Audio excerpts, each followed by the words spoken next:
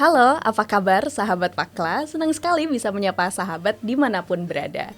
Nah, kali ini kita akan membahas seputar isu pekerja anak di sektor pertanian, serta bagaimana sih praktik baik yang sudah dilakukan oleh Pakla Indonesia sebagai lembaga kemitraan untuk menanggulangi pekerja anak di sektor agraria.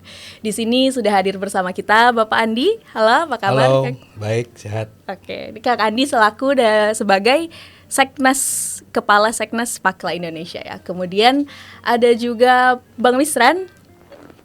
Halo Noza. Iya, Bang Misran ini Project Manager dari program Acclaim dari Pakla Indonesia ya.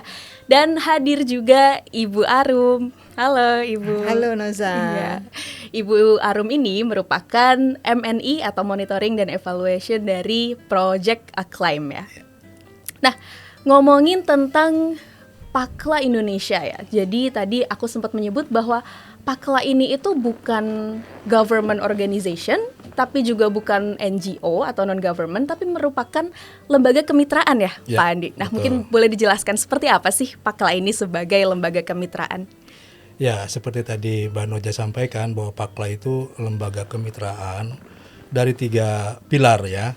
Pertama pemerintah, yang kedua sektor swasta, dan yang ketiga adalah CSO atau LSM, orang lebih mengenalnya LSM. Jadi dia sebuah kemitraan sifatnya formal, tapi tetap memelihara otonomi masing-masing. Nah, keberadaan Pakla ini dikoordinatori di bawah supervisi tentu saja dari Bappenas, Direktur Ketenagakerjaan Bappenas. Apalagi ya. Terus, nah karena Pakla itu apa sih? Kepanjangannya apa Pakla? Pakla nih kepanjangannya. Pakla itu sendiri merupakan kependekan dari Partnership Against Child Labor in Agriculture. Gitu. Jadi kemitraan untuk penanggulangan pekerja anak di pertanian. Nah, kita tahu bahwa sektor pertanian itu terutama karena di desa-desa dan sebagainya itu berkontribusi terhadap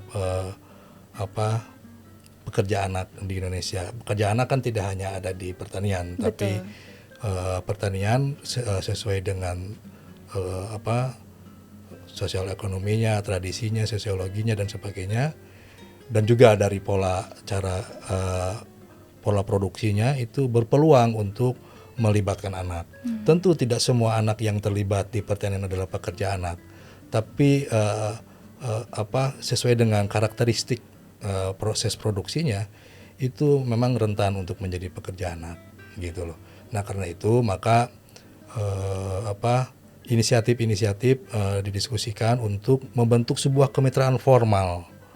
Jadi bukan sebatas forum, tapi memang ada struktur, ada legitimasi legalnya dari Bappenas, ada juga rencana aksinya dan sebagainya. Dan juga ada indikator-indikator bersama yang membuktikan bahwa kita ini berada dalam satu perahu yang sama. Jadi indikatornya bisa ada macam-macam gitu ya, tapi bagaimana mencapai indikator itu ya diserahkan ke membernya masing-masing. Itu yang disebut dengan sebuah kemitraan yang tetap memelihara otonominya masing-masing. Oke, jadi kemitraan ini tadi mencakup 3 pilar ya, Pak Andi, CSO, pemerintah, dan juga sektor swasta, perusahaan. Oke, menarik. Berarti dalam berjalannya ini sendiri tadi Pak Andi sempat menyebutkan tentang isu anak di bidang pertanian. Di Indonesia kan memang negara agraris. Betul. Begitu ya. Jadi perlu ada regenerasi untuk petani-petani muda di masa depannya. Sedangkan ada data yang menyebutkan dari Bappenas bahwa jumlah petani itu akan menurun ke depannya. Tetapi terdapat juga regulasi bahwasanya kita tidak boleh memperkerjakan anak di bidang pertanian. Nah, bagaimana untuk menemukan titik temu nih di antara regulasi, regenerasi untuk menanggulangi anak di bidang pertanian gitu? Ya, jadi kalau kita melihat dari aspek kesejarahannya ya, bahwa sebagai sebuah tradisi anak-anak terlibat itu karena dilibatkan, panjang itu sejarahnya. Pada tahun keberapa itu kita bisa melihat fenomena anak-anak melibatkan diri. Jadi bukan karena dilibatkan, tapi karena melibatkan diri untuk mendapatkan katakanlah uang jajan dan sebagainya gitu ya. Itu tradisi. Di sisi lain, betul kata Mbak Noza tadi sampaikan, bahkan itu ada sebuah riset ya yang Bappenas lakukan. Tahun 2045 itu kita kan katakannya Indonesia emas. Tapi di tahun yang sama gitu, riset itu bilang bahwa kita juga akan kehilangan petani. Jadi kita perlu melakukan sebuah regenerasi. Nah, tetapi ketika artinya anak-anak harus diperkenalkan dengan pertanian, kan begitu ya. Tapi ketika kita memperkenalkan itu, tentu saja ada batas-batas mana yang boleh dan tidak boleh. Lantaran kita juga ingin komit terhadap kesepakatan global untuk bagaimana kita bersama-sama untuk menanggulangi pekerja anak, termasuk salah satunya pertanian. Nah, salah satu hal yang bisa kita lakukan adalah misalkan kita harus mengidentifikasi jenis-jenis pekerjaan di masing-masing komoditi pertanian. Itu pasti beda. Sebab kalau pertanian itu kan merujuk kepada pertama pertanian. Kalau di Kementan itu sebutnya pertanian semusim. Bisa jagung, padi, tembakau dan sebagainya. Ada yang tanaman tahunan, sawit, kakao dan sebagainya. Tapi tidak hanya itu. Itu juga pertanian itu juga menyangkut tentang perkebunan, tentang peternakan, tentang perikanan. Nah, masing-masing sektor itu, subsektor itu tentu memiliki karakteristik yang berbeda dalam pola produksinya. Karena itu berbeda pula proses keterlibatan anaknya. Nah, karena itu penting untuk bagaimana kita mencari titik temu antara terutama ya regenerasi dengan regulasi itu. Pertama kita harus mengenali jenis-jenis pekerjaan masing-masing sektor. Dan masing-masing pekerjaan itu kita identifikasi. Misalkan alat dan bahan yang digunakannya apa, cara bekerjanya bagaimana, jam kerjanya bagaimana, durasi kerjanya bagaimana, sehingga kita bisa memetakan setidaknya kalau kan pekerja anak itu tidak hanya urusan usia dan juga jam kerja, tapi juga cara kerja, durasi kerja dan jam berapa dia bekerja. Meskipun pekerjaannya itu benar-benar ringan, tapi kalau kita mengacu kepada peraturan yang berlaku di Indonesia, kalau dilakukan jam 6 malam kan nggak bisa. Meskipun pekerjaannya ringan, jadi melihatnya itu tidak hanya dari satu sisi usia dan jam kerja gitu ya. Jadi kita bisa petain gitu loh. Kalau melihat dari indikator-indikator itu, kita bisa petain ini pekerjaan yang boleh dilakukan oleh anak usia katakanlah 13 sampai 14 tahun. Dan undang-undang bilang begitu batasnya. Ini pekerjaan yang bisa dilakukan oleh 15 sampai 17 misalkan begitu. Jadi bisa jadi di dalam satu sektor, subsektor misalkan, itu tidak semua pekerjaan itu tidak dilarang untuk anak. Kalau melihat dari indikator-indikator itu. Nah, di sisi itu anak-anak bisa terlibat mengetahui tentang proses budidaya komoditi pertanian. Sebab kita tidak bisa membayangkan kalau katakanlah anak-anak tidak boleh terlibat di pertanian gitu ya. Kan kita nggak mungkin membayangkan seseorang menjadi petani di usia 18 tahun lebih sehari. Itu. Yang kedua itu juga asosiologis gitu ya. Lantaran mereka hidup di daerah pertanian. Nah, intinya adalah bagaimana semua pihak, orang tua atau kalau bagi perusahaan itu menjadi rantai pasoknya, itu mengenali jenis-jenis pekerjaan itu, mana yang boleh dan mana yang tidak boleh dilakukan oleh anak. Berdasarkan apa? Ya berdasarkan regulasi yang ada. Gitu. Oke. Mau nambahin aja tadi kan Boleh banget. Andi bilang ya, atau Mbak Noza yang bilang ya, bahwa menurut data dari BPS, petani kita ini kan jumlahnya semakin menurun. Tapi itu juga tidak hanya larangan anak bekerja itu tidak satu-satunya yang berkontribusi terhadap menurunnya jumlah petani di Indonesia gitu. Saya kira ada juga hal-hal lain yang tidak dilakukan. Betul. Ya, oleh pemerintah misalnya atau oleh pihak-pihak lain yang mempunyai otoritas untuk itu gitu ya. Misalnya kalau komoditas itu hasil petani itu murah ya. Kemudian petani juga tidak bisa meningkatkan kesejahteraan hidup mereka, kan lama-lama mata pencaharian petani ini menjadi tidak menarik gitu ya. Semua orang tua misalnya kemudian ingin anak-anaknya untuk tidak menjadi petani. Karena menjadi petani itu tidak menjamin tidak menjamin kehidupan masa depan mereka gitu. Jadi sekali lagi bahwa larangan untuk mempekerjakan anak itu bukan satu-satunya yang berkontribusi terhadap menurunnya jumlah petani atau semakin tidak menariknya pertanian di Indonesia ini untuk anak-anak muda. Ya, betul, itu kan kita pernah ada riset terkait bagaimana kita mempertemukan tiga itu, tradisi, regenerasi, dan regulasi. Salah satunya itu adalah banyak persoalannya gitu ya. Ada persoalan lahan ya tentu saja ya. Ada juga persoalan apresiasi terhadap pertanian yang rendah, dan itu tadi. Betul. Ketika anak muda tetap bertahan di pertanian, itu bukan karena sangat suka pertanian, tapi juga memang tidak ada alternatif lain. Jadi itu yang ada gitu loh. Iya. Baiknya itu yang mereka pergi gitu loh. Jadi pertanian bahasanya itu belum menjadi alat untuk mobilitas vertikal. Dia hanya untuk sebagai strategi bertahan hidup. Nah, itu kan banyak variabelnya, yaitu tadi persoalan income, persoalan social protection dan sebagainya, persoalan lahan dan sebagainya gitu. Sehingga waktu itu riset kita itu misalkan sekolah pertanian itu perlu digalakan gitu loh, terkait dengan komoditi yang berkembang di daerah itu. Bagaimana penggunaan lahan-lahan di desa itu dijadikan sebagai alat belajar bagi anak muda, anak remaja di sana untuk masuk pertanian. Jadi waktu itu kita riset tentang itu, bagaimana mencari titik temu. Soalnya kan di sini persoalannya mencari titik temu, regenerasi dan juga regulasi. Oke. Jadi betul ya tadi ya Bu Arum ya, bahwa ini hanya salah satu faktor saja gitu ya, keterlibatan anak, karena sebagai bentuk tradisi sebetulnya yang di Indonesia sebagai negara agraris. Kemudian tadi Pak Andi sempat menyebut bahwa ini butuh keterlibatan orang tua, masyarakat dan lainnya. Kalau dari Pakla sendiri nih sebagai lembaga kemitraan yang mencakup 3 pilar tadi itu, apa saja sih yang sudah dilakukan dalam menanggulangi pekerja anak di sektor pertanian ini? Ya, pertama saya ingin bicara dulu tentang pendekatan yang dilakukan oleh Pakla gitu loh. Pakla itu tentu saja didesain selain sebagai hub ya, jadi sebagai pusat data, pusat koordinasi.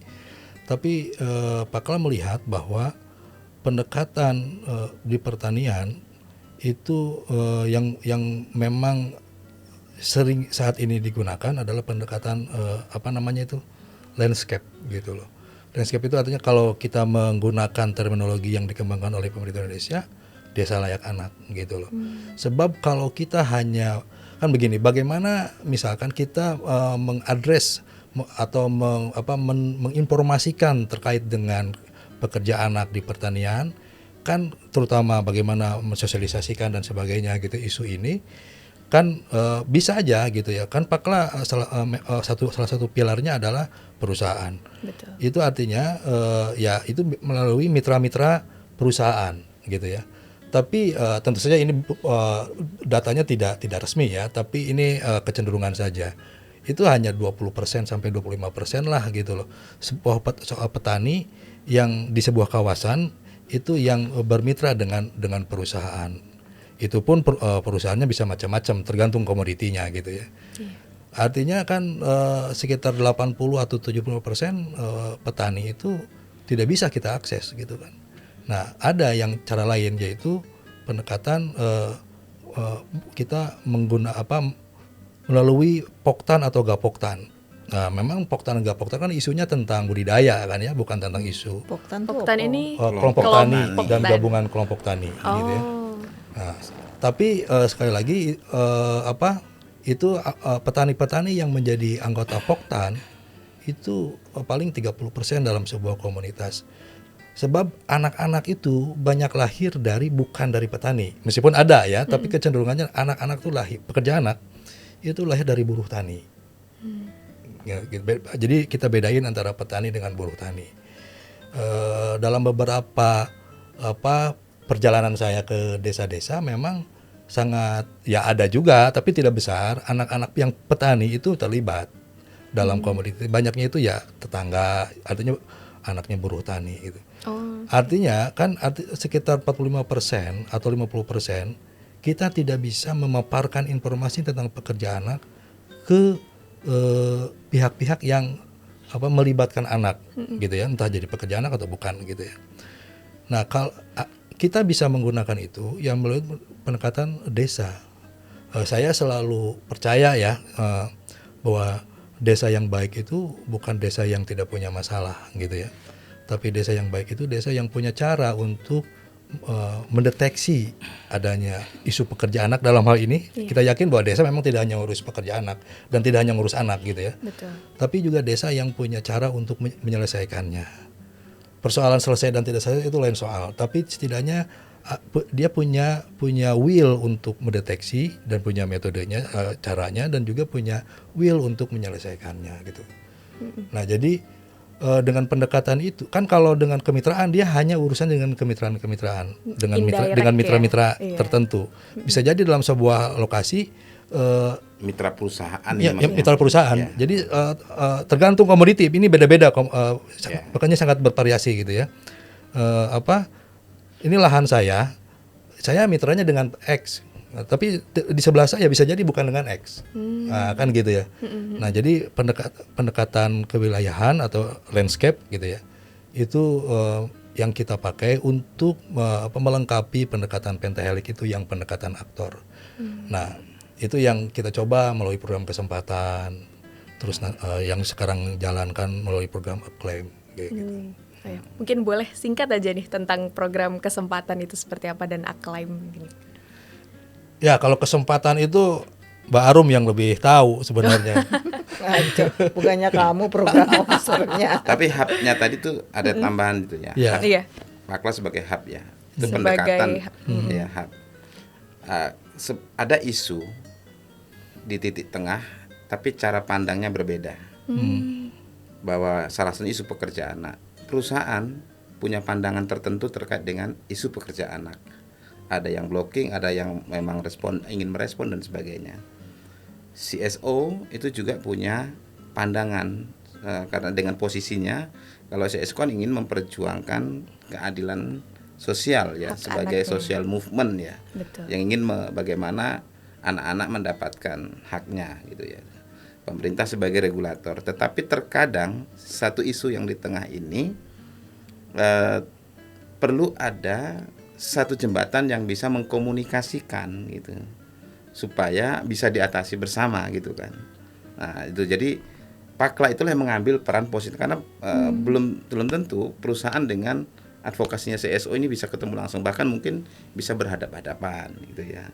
Nah selama ini terjadi seperti itu. Nah pendekatan bagaimana supaya isu yang juga menjadi topik di perusahaan, isu yang menjadi topik di pemerintah dan di CSO itu didekati secara bersamaan dengan melalui satu hub kemitraan tadi itu. Itulah Pakla itu mencoba membridging tiga itu untuk duduk membicarakan dengan perspektifnya. Gitu. Jadi Ya Pakla kalau dipikir-pikir emang Pakla ini menarik. Akhirnya jadi kepikiran juga gitu. Iya. Ternyata Pakla itu mengupayakan bertemunya pilar-pilar ini untuk berkomunikasi gitu terkait upaya-upaya penanggulangan pekerja anak di sektor pertanian ya.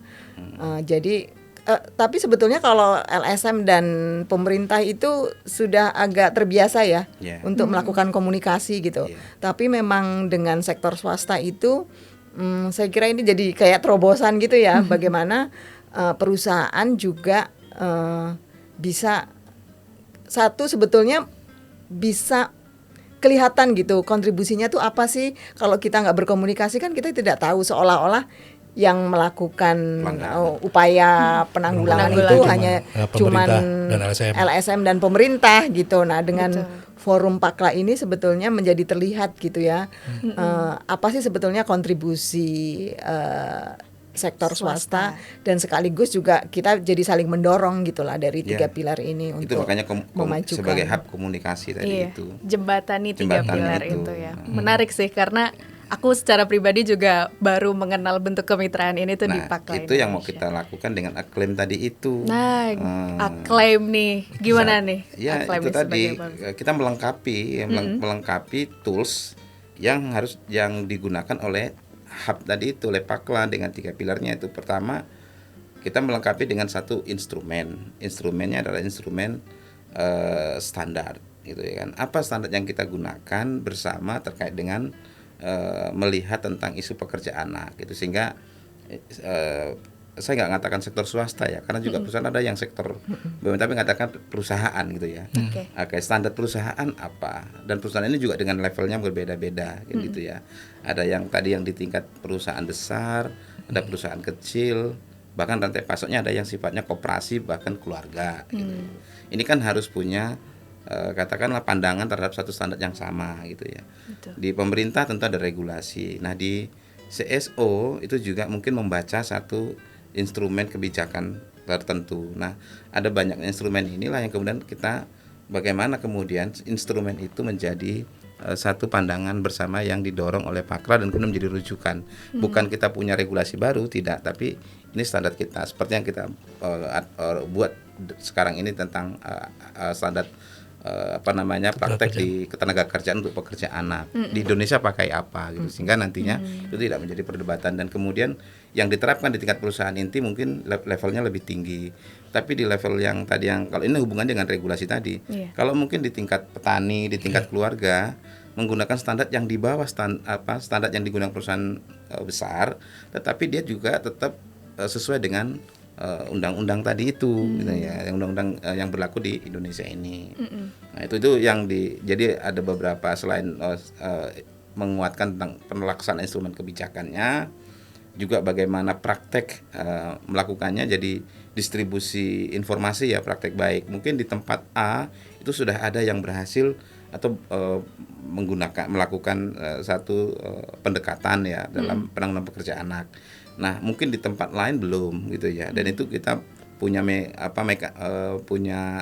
ruang gitu ya, melalui berbagai macam metode. Ada ruang pertemuan tahunan, tengah tahunan, ada media yang didesain oleh Pakla kan gitu untuk mempromosikan itu, sehingga terjadilah tadi yang dikatakan Bu Arum, akhirnya kita tahu apa yang dilakukan oleh Pakla skala nasional, apa yang dilakukan oleh perusahaan A, perusahaan B, apa yang dilakukan pemerintah, dan apa yang dilakukan oleh CSO. Nah, ruang itu yang kemudian menjadi media komunikasi sekaligus sebagai media pembelajaran.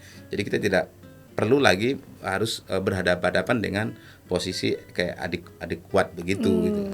Seperti itu. Jadi sama-sama menanggulangi termasuk isunya kita bersama. juga bagaimana membuat model-model ya di tingkat desa ya, misalnya seperti itu, untuk bagaimana praktek monitoring yang baik sehingga tidak klaim ya, tempat kami nggak ada pekerja anak, di desa kami nggak ada pekerja anak, tapi ditanya pernah nggak melakukan identifikasi, belum pernah. Gimana orang nggak melakukan apa-apa ya nggak akan tahu apa-apa. Kita bisa mengatakan tidak ada atau ada dengan sebuah alat yang bisa diukur atau diujikan gitu ya. Itu yang dilakukan. Kalau kamu pintar nggak, ya nggak tahu, belum pernah dites kan, kira-kira begitu nih. Aku dites dulu baru tahu aku pintar atau tidak kan, kira-kira begitulah. Kalau belum dilakukan apa-apa ya kita nggak tahu kamu pintar atau tidak. Jadi nggak bisa dilihat dari wajahnya saja, kira-kira begitu, atau dari cara bicaranya saja, tapi sudah dites. Nah, itu sama dengan seperti itu. Bagaimana cara memonitoring? Kalaupun terjadi seperti kata Pak Andi tadi, itu nggak kemudian buruk kalau kita punya mekanisme yang namanya remediasi, mekanisme pemulihan. Itu sebenarnya kita lakukan. Ya, itu kan seperti saya sampaikan bahwa pertama kita melalui kesempatan itu singkatan juga, tapi ya kemitraan aksi untuk pekerja anak gitu ya. Itu memang lebih diarah kepada membangun kesadaran gitu loh. Nah, klaim ini dia lebih ke apa yang bisa kita lakukan ketika anak itu sudah ada di situ. Oh, jadi ketika anak sudah menjadi pekerja anak di sektor jadi dia pertanian, lebih ke remediasi, terus bagaimana secara regulasinya di ini. Dan itu yang diampu oleh pemisahan ini. Oke. Jadi ampuh kita bersama-sama. Jadi tepatnya tadi salah satu komponen di klaim itu kan seperti yang tadi dijelaskan Pak Misran, itu adanya panduan tentang praktek-praktek ketenaga kerjaan untuk penanggulangan pekerjaan anak. Memang ini ditujukan untuk perusahaan ya, sampai ke rantai pasoknya gitu. Nah, tapi ini tidak berarti kita membuat standar baru ya, tapi lebih sebetulnya peraturan-peraturan terkait pekerja anak itu sudah ada peraturan A, B, C dan sebagainya gitu ya. Dan mungkin kita juga tidak punya kesempatan untuk duduk bersama-sama lalu melihat peraturan-peraturan tersebut dengan lebih jelas gitu. Nah, dari panduan ini sebetulnya kita kompilasi standar-standar yang sudah ada gitu. dalam satu dokumen sehingga lebih mudah untuk mencermatinya gitu ya. Lalu juga mungkin akan lebih mudah juga mempraktekannya untuk berbagai pihak untuk menyepakatinya lalu juga mempraktekannya gitu. Yang itu yang coba dibangun oleh Project Acclaim gitu. Jadi kalau tadi Project Kesempatan itu pendekatannya pada desa gitu, membangun kapasitas desa untuk bisa melakukan upaya-upaya penanggulangan pekerja anak, perlindungan pekerja anak ini pendekatannya kepada perusahaan gitu. Sebetulnya sudah ada perusahaan itu sesuai mandat beberapa komitmen mereka memang punya tanggung jawab ya Bang Misran untuk melakukan upaya-upaya penanggulangan pekerja anak. Tapi ya itu sekali lagi kayaknya kita tuh perlu duduk bareng gitu, mengingat lagi bahwa sebetulnya itu kita bertanggung jawab gitu untuk ini semua gitu. Nah sekali lagi di sini peran Pakla itu membuat forum itu, lalu yang kedua kemudian kalau bisa nanti disepakati panduan ini gitu untuk semua pihak yang karena regulasinya itu kan kita sebut aja nggak usah ABC ya, ada undang-undang tenaga kerjaan, ada konvensi ILO yang sudah diratifikasi, ada konvensi hak anak yang sudah diratifikasi, dan kemudian malah sudah ada undang-undang perlindungan anaknya, kan banyak ini gitu ya. Kadang semuanya juga memiliki aturan atau pengaturan tentang masalah isu pekerja anak, termasuk bagaimana anak. Tadi kalau kita katakan regenerasi juga bisa masuk dalam di undang-undang tenaga kerjaan, diatur tentang konteks pekerjaan pekerjaan untuk pendidikan ya, untuk pendidikan begitu. Namun kan karena ini tersebar sehingga kadang-kadang juga industri itu melihatnya kalau dia urusan pekerja ya satu regulasi saja misalnya gitu, padahal ini kan saling keterhubungan gitu. Nah, ada irisannya, ada irisan-irisan gitu ya, dengan undang-undang yang lain mungkin seperti itu. Jadi kita yang kita lakukan dibangun itu sehingga nanti ini juga kita dorong dalam konteks ke perusahaan, tapi juga sebenarnya pemerintah juga memudahkan bagaimana ketika pihak pemerintah tidak hanya Kementerian Ketenagakerjaan, tapi kementerian lain juga yang terlibat di situ gitu. Menurut saya sih proses pengembangan panduan itu sendiri menarik ya, dia mengklarifikasi kita semua gitu, untuk yang tadinya kayaknya kita udah paham nih gitu, tapi setelah ditulis lalu didiskusikan, disusun gitu, baru kita oh iya ya, misalnya contohnya kalau di Undang-Undang Ketenagakerjaan itu usia minimum pekerjaan ringan itu kan 13 sampai 15, sementara usia minimum untuk bekerja secara umum juga 15 tahun gitu kan. Ini kan seolah-olah ini tumpang tindih gitu. Betul. Tapi setelah kita duduk bareng menanyakan bagaimana sih misalnya Kemnaker menginterpretasikan ini, kemudian menjadi lebih jelas gitu ya. Jadi mudah-mudahan sih kalau sudah ada panduan ini bisa memperjelas segala sesuatunya sehingga lebih mudah juga digunakan sebagai referensi oleh perusahaan-perusahaan. Oke, jadi memang tadi Acclaim ini tujuannya untuk membentuk instrumen ya, untuk mengidentifikasi. Ya, selain mengimplementasikan tujuan besar dari Pakla yang menjadi hub, tapi ada yang kita stressing, itu ada kebijakan apa yang harus kita perkuat. Ya, untuk isu pekerja anak gitu ya. Gitu. Dengan landasan regulasi. Ya, landasan regulasi. Ini bagaimana cara mempraktekannya, mempromosikannya, kira-kira gitu ke tingkat-tingkat perusahaan yang levelnya berbeda-beda tadi itu. Ya, artinya mengkomunikasikan agar ini sampai. Betul. Kemudian juga tadi ada remediasi ya. Ya, itu piloting ya. Jadi kita salah satunya kan kita tidak hanya bagaimana industri ya, perusahaan ya, tidak hanya meresponnya dari aspek kebijakan, artinya punya komitmen kebijakan, tapi itu kan punya tahapan sangat panjang sampai kemudian bagaimana kalau di perusahaan Anda atau mungkin di rantai pasok perusahaan Anda gitu ya, ditemukan ada pekerja anak, jangan sampai kemudian ini malah menjadi konsumsi polemik gitu loh. Yang sampai terjadi kan ini menjadi konsumsi polemik, tapi si anaknya juga nggak terpulihkan apa-apa kan gitu. Misalnya ada ditemukan ini pekerja anak, terus kemudian pemberitaan kemana-mana perusahaan melakukan klarifikasi, tapi si anak juga nggak mendapatkan pemulihan apa-apa gitu, nggak mendapatkan apa-apa dari temuan itu. Nah, kalau ada mekanisme yang dibangun monitoring dan remediasi tadi atau kita sebut CLMRS ya, Child Labor Monitoring and Remediation System. CLMRS. Iya, jadi kalau ada ditemukan pekerja anak, ada mekanisme enggak yang untuk menyelesaikan itu? Oh, oke. Atau kalau yang menemukan pihak lain ada nggak mekanisme lapornya kan gitu.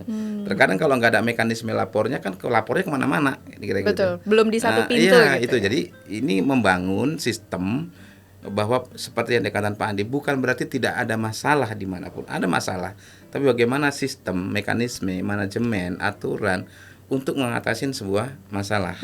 Ya, kira-kira begitu ya. Sama dengan kalau rumah tangga mungkin nggak ada problem kan, tapi ada nggak cara rumah tangga kemudian mengatasi problem kan gitu. Betul, ya. betul. Mungkin healing dan sebagainya, kira-kira begitu kan ada. Jadi yang penting adalah problem itu di mana-mana pasti ada, tapi mekanisme untuk menyelesaikan problem itu sebenarnya penting untuk dibangun. Oke. Jadi Itu- terintegrasi. Ya, itu CLMRS itu. Jadi selain ada misi-misi yang diimplementasikan di dalam klaim itu dengan misinya Pakla untuk hub dan sebagainya, tapi ada program-program teknis tracing yang harus diperkuat. Kira-kira Oke. begitu. Dan sebenarnya remediasi itu kan salah satu pilar dari yang disebut sebagai UN UNGB's UN Guiding Principle for Business ya. Jadi konkretnya tuh apa gitu setelah mereka misalnya perusahaan itu mempunyai kebijakan tidak boleh mempekerjakan anak dan sebagainya, tapi kemudian tadi melakukan identifikasi dan kalau ketemu pekerja anak Apa atau yang ada yang dilakukan? melaporkan, apa konkretnya yang harus dilakukan. Nah, itu bentuknya adalah remediasi gitu.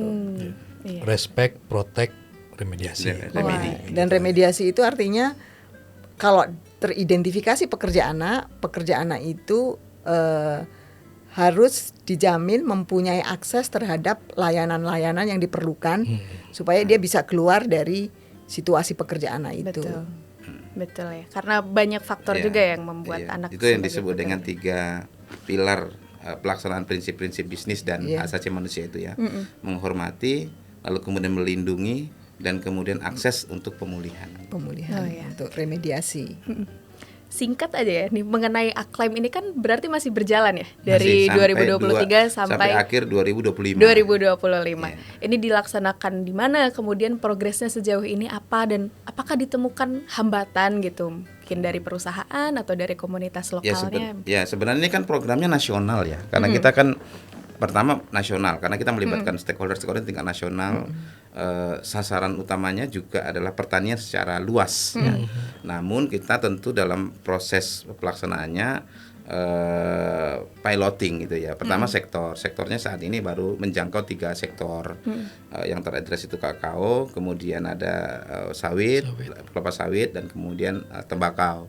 Tapi sebenarnya sektor-sektor lain juga sudah teridentifikasi ya, perikanan, tanaman pangan gitu kan. Dan dalam pertemuan-pertemuan juga ini sebenarnya dilibatkan yang lainnya gitu kan.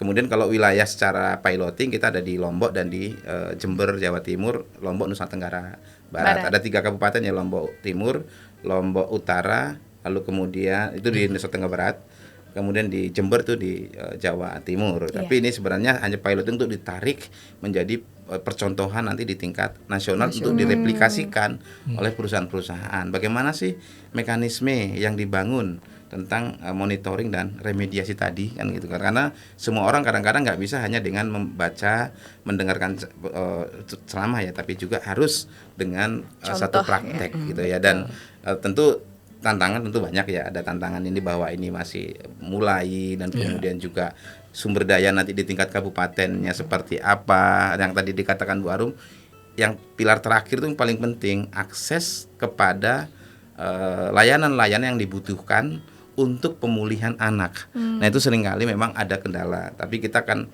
identifikasi itu, perusahaan berterlibat di mana nanti di situ, pemerintah daerah di tingkat kabupaten dan tingkat desa melakukan apa, dan kemudian CSO juga bisa melakukan apa. Itu yang akan kita identifikasi nanti. Oh iya. Dari Bu Arum mungkin ingin menambahkan terkait progresnya sejauh ini atau tantangannya gitu.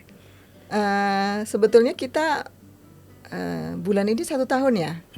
Ya, jadi memang kalau tadi sebetulnya kan ini lebih ke program ini lebih ke advokasi kebijakan ya, lebih di tingkat nasional gitu. Nah, tadi ada piloting itu lebih untuk apa? kita menguji coba gitu, bener nggak sih konsep CLMRs yang child labor monitoring dan remediasi yang sudah kita bangun itu memang bisa dilaksanakan nggak di lapangan gitu ya, sehingga nanti bisa dilakukan perbaikan-perbaikan. Nah, dalam tahun pertama ini saya kira persiapan-persiapan sudah dilakukan ya. Lalu untuk pengembangan panduan sendiri itu sudah mulai gitu. Katakanlah mungkin 50% ya kalau panduan itu kita sudah masuk ke draft kedua dari panduan tadi praktek-praktek penanggulangan pekerja anak di perusahaan dan rantai pasok itu sudah hampir selesai. Nanti kalau sudah jadi itu perlu dilatihkan ya kepada berbagai pihak sehingga itu bisa diimplementasikan. Nah, kalau yang child labor monitoring and remediation system sendiri desainnya sudah ada, persiapannya sudah dilakukan, tapi memang roll out-nya nanti baru Januari. Awal tahun depan ya, baru kita roll out kan gitu di tingkat desa. Dari situ kemudian kita akan pelajari hambatannya apa, tantangannya apa, bagaimana membuat desainnya menjadi lebih efisien, dan seperti tadi Bang Misran sampaikan itu bisa ditarik ke atas, diadvokasikan ke tingkat nasional untuk bisa diadopsi dan diterapkan di tempat-tempat lain. Oke, menarik. Jadi ada berbagai ini ya bidang yang disentuh tadi ya, panduan, remediasi. Kemudian terakhir nih mengenai pesan dan harapan baik untuk program Acclaim yang sedang dijalankan atau untuk isu pekerja anak di sektor pertanian ini secara umum. Mungkin mau dari Bu Arum dulu atau yang lain dulu coba. Saya bingung kalau ditanya kesan dan saya harapan. tidak ke program ataupun ke lembaga ya. Kalau pasti harapannya kita berjalan terus. Tapi untuk isu pekerja anak, bahwa kita ini sebenarnya sudah punya komitmen besar ya, Indonesia ini sudah akan masuk ke agenda kalau kita tahap kedua ya, Indonesia menuju bebas pekerja anak gitu ya. Saya pikir karena ini adalah mandat isu yang diusung negara ya, secara negara. Betul. Maka mari kita semuanya mengambil peran dan berkontribusi untuk mendukung apa yang menjadi agenda negara gitu ya, sehingga kita bisa mewujudkan di tahun atau cita-cita bersama kita 2045 itu sebagai 100 tahun Indonesia merdeka, dan kita punya mimpi, punya misi, punya angan-angan Indonesia emas gitu ya. Artinya situ cerah banget harapannya gitu. Maka harus dari isu ini kita mulai kontribusi kita zero child labor. Oke, zero child labor. Zero tolerance ya. Zero tolerance on child against labor. child labor. Oke. Kalau dari Pak Andi nih?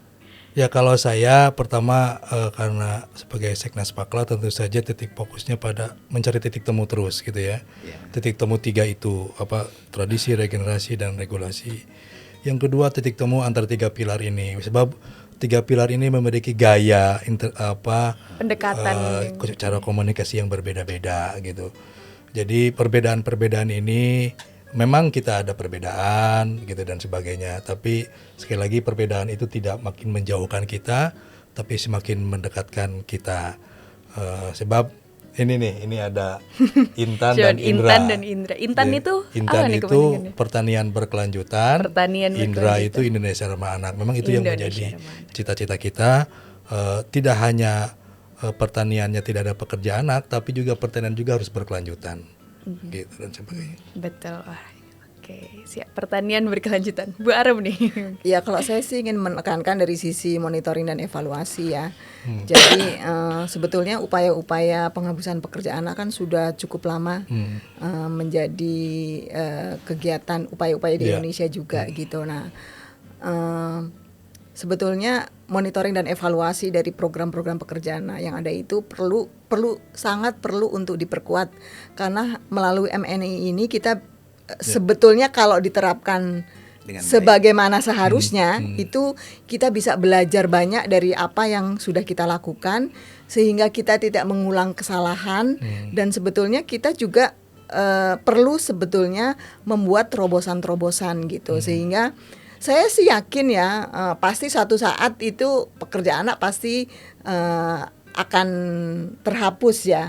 Tapi yang perlu kita lakukan kan sebetulnya mempercepat proses penghapusan itu gitu. Jangan sampai bisa aja 100 tahun baru terhapus karena mungkin kita kurang belajar dari apa yang kita sudah lakukan gitu, mengulangi kesalahan yang sama, melakukan kegiatan yang sama, dan karena itu sebetulnya menurut saya ini proses monitoring dan evaluasi dari program-program, dalam hal ini adalah program penanggulangan pekerjaan anak itu sangat penting gitu, untuk bisa berkontribusi pada percepatan dan juga perluasan dampak sebetulnya ya, memaksimalkan dampak gitu ya. Kita bisa saja melakukan kegiatan sudah tahu dampaknya, karena tidak dievaluasi atau tidak dimonitor gitu ya, dampaknya kurang maksimal, lalu kita ulang lagi, jadi progres itu menjadi kurang cepat gitu, dan kita tidak banyak melakukan terobosan-terobosan